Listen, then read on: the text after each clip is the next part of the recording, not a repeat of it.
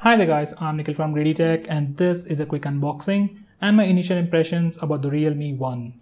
So guys, this is the box, and if you have never heard about the brand RealMe, it's pretty new and old at the same time. Now RealMe as a brand is definitely a new brand, but it is actually a sub-brand of OPPO. You can clearly see it over here. It even says OPPO on the back. So it's a sub-brand of OPPO launched directly to compete with brands like Xiaomi and Honor, which sell phones exclusively online. So this is a new brand and an old brand altogether. Now with that said, this is the first phone launched by the RealMe brand and it's called RealMe 1. So on the front we have the brand name over here and 1 over here. It's just too subtle. At the bottom we have some specifications, and at the top we have just some IMEI numbers, and at the back we have OPPO branding over here. It even says VoLTE. By the way, this phone supports dual VoLTE. That means you can use 2 Geo SIMs on the same phone. Now it also says made in India, IMEI numbers. I have the 3GB and 32GB RAM variant and it's in the diamond black color. Now with all that said, let's get on with the unboxing. Now this phone is sold exclusively online on Flipkart in 2 variants. Base variant is priced at 9,000 rupees for 3GB of RAM and 32GB of storage. That's the one we have right now. And the next variant is sold at 14,000 rupees for 6GB of RAM and 128GB of storage. Apart from these 2 variants, RealMe will launch another variant with 4GB of RAM and 64GB of storage in few weeks at 11,000 rupees. Now the box is open, so let's see what we get inside the box. So on the front, we have a cardboard box which says RealMe.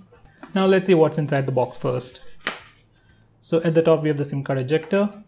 Following that is some documentation, a quick start guide from RealMe, some other important information, and a plastic silicone case. So this is the one. Nothing new, we'll come back to it later. Next we have the phone itself, which I'll put it aside for now. Next we have the OPPO style power adapter. Let's see what it's called. It even has the OPPO branding. It is a normal 10 watts power adapter with 2 volts at 5 amps, so no fast charging. And finally, this is a micro USB charging cable. Now these are all the contents of the box. We don't get the earphones.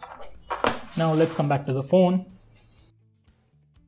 Now the phone comes with a plastic wrapping with some information on the back like the SIM card tray stuff. So let me just remove it. Now on the back we still have the stickers with IMEI number and stuff. So let me just peel that off. This is actually a nice touch. It won't leave any residue on the phone. So guys, this is how the phone looks. This is the diamond black color, and they also have another color, that's the solar red, and this is how it looks. This is actually OPPO F7 in solar red, and if you get the red color of RealMe 1, it'll look exactly like this without the fingerprint scanner. Now let's come back to the phone. Guys, a quick impression. Back of this phone really looks gorgeous. Now let's have a quick physical overview and then check out the specs before I turn on the phone. RealMe 1 has a complete plastic build with a reflective finish on the back, which gives out this cool effect. Now this reflective layer is covered by a glass fiber with a 2.5D curve, so it looks very premium. Now at the top, it has a 13 megapixel camera with a single LED flash, followed by the RealMe branding and OPPO branding at the bottom. Now on the front, it has a 6-inch IPS display with Full HD Plus resolution in the new 18:9 aspect ratio, and it has 84.8% screen to body ratio, which is really huge. Now above the display, it has an 8 megapixel front facing camera, earpiece and sensors. Below the display it's completely plain. It has on-screen buttons. Now as you can see, there is no fingerprint scanner on the phone, neither on the front or on the back. But this phone supports face unlock feature, which I'll show you in a minute. Now on the left side we have the volume buttons, and on the right side we have the SIM card tray and the power button. They are nicely elevated and have a nice clicky sound to it, but they are slightly hard to press, especially the volume buttons. Now at the top it is completely plain, and at the bottom we have the 3.5mm audio jack, microphone hole, micro USB charging port and a speaker grill for the mono speaker.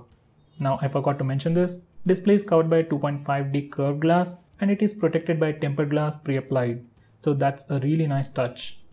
Now coming to the free case, this is how the phone looks once we put it on. It definitely gives you a nice grip and lets you show off the back panel. It has all the cutouts and it even protects the camera module because of the raised lip. Even on the front, it has a raised lip, so even if you place your phone directly on its face, display won't get scratched easily. So guys, that was the physical overview. Now let's check out the specs. Now this phone sports a MediaTek Helio P60 processor with Mali G72 MP3 GPU.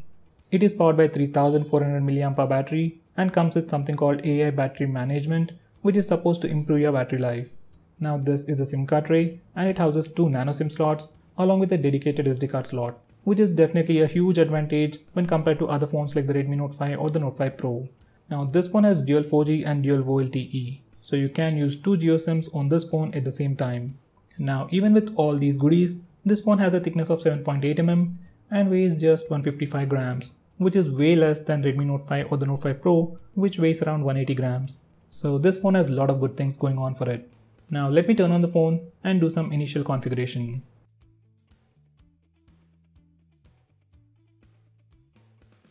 So guys, now I'm going to register my face. So that was super fast. Make sure you are very close to the phone. So guys, now the phone is turned on. Let's check the free RAM and storage.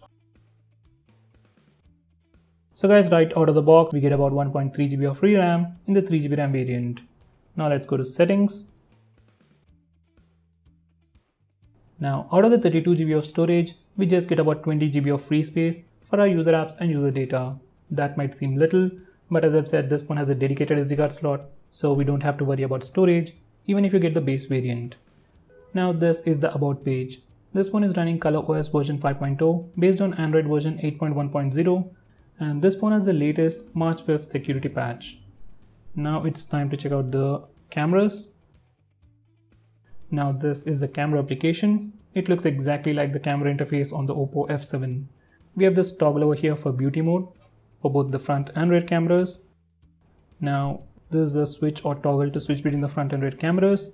It has portrait mode for both the front and rear cameras. So to turn it on, just click that bubble or a water droplet. So that enables the depth effect mode or the portrait mode. Now it also has auto HDR for both the front and rear cameras, which is really rare to see in a phone in this price segment. Even the Note 5 Pro doesn't have auto HDR for rear camera. So that's a really good thing. Now it also has something called stickers, and let me just show you that. So that's a quick preview. Now let's use some more. So we can change to any of these. Just something funny. Now let's go back. Now coming to video recording, we can record video at a maximum of 1080p. That's the maximum resolution. There's no 4K recording option for both the front and rear cameras. And obviously no electronic image stabilization or optical image stabilization. These are some sample shots. Based on my initial impressions, cameras are really good for the price, especially for the base variant of 9,000 rupees. It has auto HDR for both the front and rear cameras, and the capturing speeds even with HDR on is super fast. I really can't say if it is better than the Redmi Note 5 Pro or other phones right now, but as I've said, based on initial impressions, they look pretty good.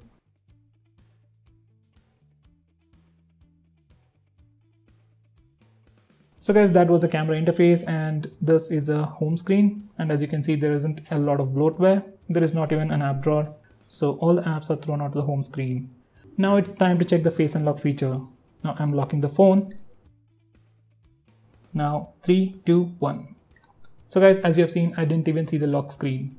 I'm just gonna face it to that side. Now you can see the lock screen. It is insanely fast. I can't even see the lock screen. It is that good. Now let me just change the angle a bit.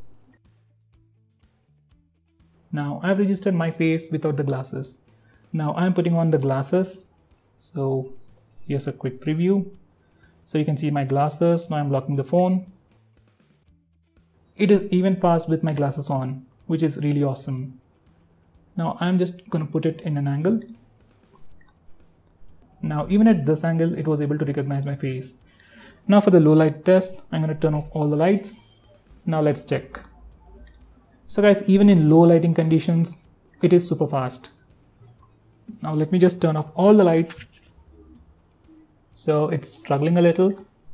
It's still unlocked. Let me try it again. So guys, in low lighting conditions, if you want your face unlock to work really well, you need to enable this option. I just forgot to do it earlier. Now when you turn this toggle on, in low lighting conditions, your phone will increase the screen brightness to see your face. Now I'm going to unlock the phone. 3, 2, 1.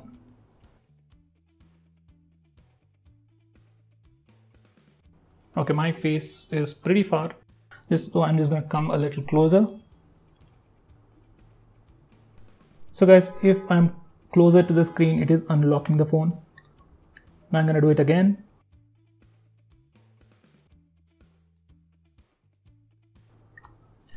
So guys, in good lighting conditions, it is super fast. Even in partial lighting conditions, it is fast, but in complete darkness, it is slow and sometimes it doesn't even work.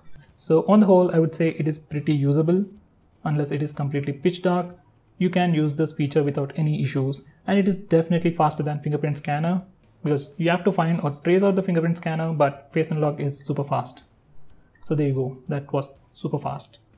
So guys, this is the new Realme 1. Now coming to my initial impressions, I really love this phone, especially the pricing and the features it brings to the table.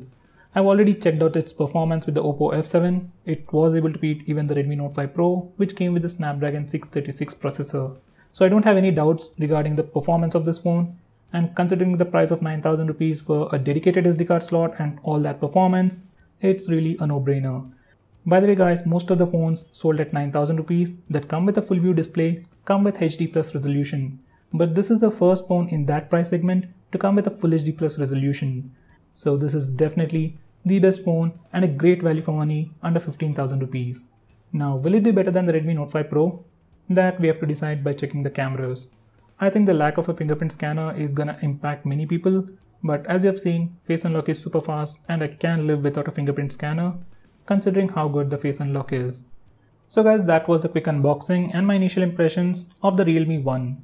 I'll be posting many videos on this phone in few more days, so stay tuned to us by subscribing to our channel. And if you want me to make any specific video on this phone, do let me know by tweeting out with the hashtag AskGreedyTech on Twitter, and I'll try to make it as soon as possible. I'm Nikhil from GreedyTech signing off. Have a nice day.